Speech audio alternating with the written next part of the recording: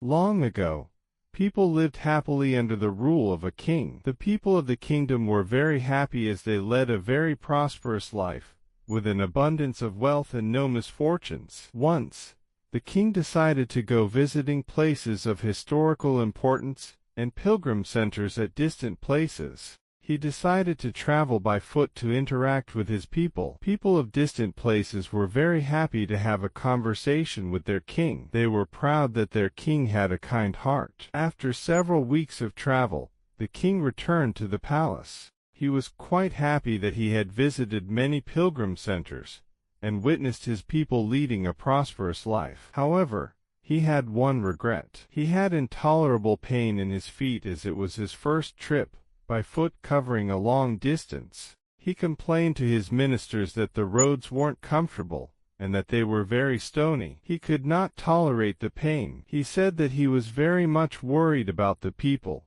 who had to walk along those roads as it would be painful for them too. Considering all this, he ordered his servants to cover the roads in the whole country with leather so that the people of his kingdom can walk comfortably. The king's ministers were stunned to hear his order, as it would mean that thousands of cows would have to be slaughtered in order to get sufficient quantity of leather, and it would cost a huge amount of money also. So, finally, a wise man from the ministry came to the king and said that he had another idea. The king asked what the alternative was. The minister said, "Instead of covering the roads with leather, why don't you just have a piece of leather cut in appropriate shape to cover your feet?" The king was very much surprised by his suggestion and applauded the wisdom of the minister. He ordered a pair of leather shoes for himself and requested all his countrymen also to wear shoes. Moral: instead of trying to change the world,